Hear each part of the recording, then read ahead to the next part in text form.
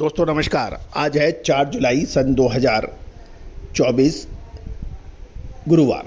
दोस्तों आज के एपिसोड में हम चर्चा करेंगे प्याज के बफर स्टॉक और प्याज के उत्पादन। गौरतलब है कि महाराष्ट्र में प्याज के उत्पादन में बेतहाशा कमी दर्ज हुई है, जबकि सरकार ने प्याज के बफर स्टॉक के 5 लाख टन की जो योजना है उसके तहत 71,000 टन एक प्याज के बफर स्टॉक की सरकारी खरीद की है, जबकि पिछले साल के मुकाबले ये कम है। जानिए पूरी रिपोर्ट विस्तार से।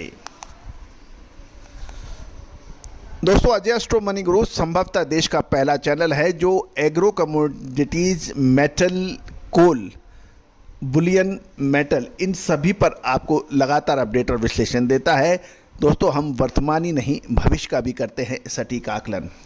हमारा हर संभव प्रयास रहता है कि हर महत्वपूर्ण सूचना से आपको लगातार अवगत कराएं, साथ साथ सूचनाओं का विश्लेषण दें, अग्रिम अनुमान आप तक पहुंचाएं। दोस्तों हमारा विशेष अग्रिम रिसर्च रिपोर्ट भी उपलब्ध है, आप सहयोग राशि अदा कर आप प्राप्त कर सकते हैं।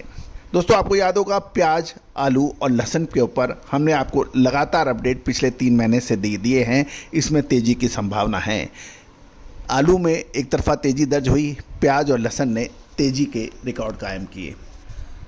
दोस्तों अब खबर निकल के आ रही है कि सरकार के जो केंद्रीय कृषि मंत्रालय ने प्याज के जो उत्पादन के जो आंकड़े रिलीज किए हैं साल 2023-24 का जो पहला अग्रिम अनुमान है उसके मुताबिक प्याज का उत्पादन पिछले साल लगभग 302.8 लाख टन होने की हुआ था। उसकी तुलना में इस साल 254.73 लाख टन रहने की उम्मीद है। तो प्याज के उत्पादन में बेतहाशा कमी की संभावना बन रही है।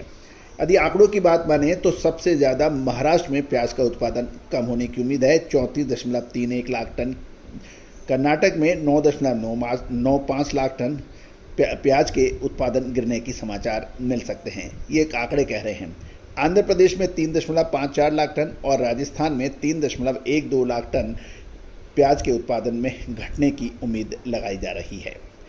गौरतलब है कि प्याज की कीमतों को नियंत्रित करने के लिए सरकार ने पिछले साल अगस्त से अब तक लगभग 40% निर्यात यानी एक्सपोर्ट ड्यूटी लगाने की शुरुआत के साथ ही कई सीरीज के अंदर उपाय किए हैं। इसमें अक्टूबर 2023 में न्यूनतम निर्यात मूल्य जिसे MEP कहते हैं $800 प्रति टन तय किया था और 8 दिसंबर 2023 में निर्यात पर पूरी तरह से प्रतिबंध लगाया था।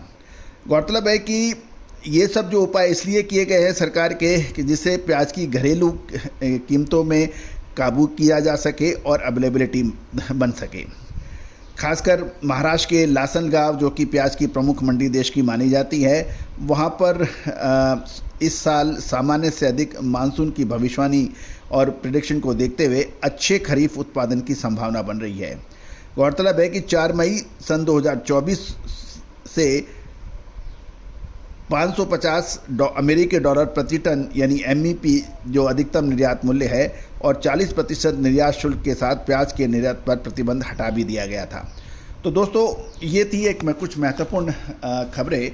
साथ साथ सरकार ने प्याज की कीमतों पर नियंत्रण रखने हेतु 5 लाख टन सरकारी प्याज का बफर स्टॉक बनाने का भी निर्णय किया था, लेकिन कुल लक्ष्य में से बफर स्टॉक के लिए इस साल अब तक लगभग 71,000 टन प्याज की खरीदारी की है।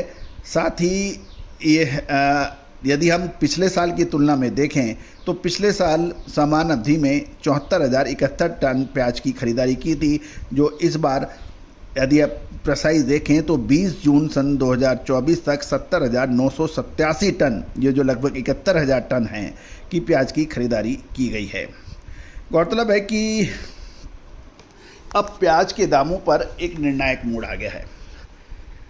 प्याज के दामों के अंदर पिछले 1.5 महीने से लगातार एक तरफा तेज़ी चल रही है। लहसुन के अंदर भी दाम बहुत तेज़ हुए हैं, टमाटर के दाम भी बहुत तेज़ हो गए हैं। साथ साथ यदि हम देखें कि बड़ी हिस्सों में देश के अंदर तेज़ लू की वजह से हरी सब्जी, टमाटर, आलू, प्याज सहित सभी सब्जियों की कीमतों में वृद्धि हुई है। और लेकिन जैसे समाचार मिल रहे हैं, जैसे जैसे मानसून प्रगति कर रहा है, इसका असर खरीफ की फसलों पर काफ़ी पड़ सकता है। दोस्तों, अब महत्वपूर्ण बिंदु ये रहेगा कि प्याज के अंदर आगे क्या होना चाहिए, लहसुन में आगे क्या होना चाहिए, आलू में आगे क्या होना चाहिए।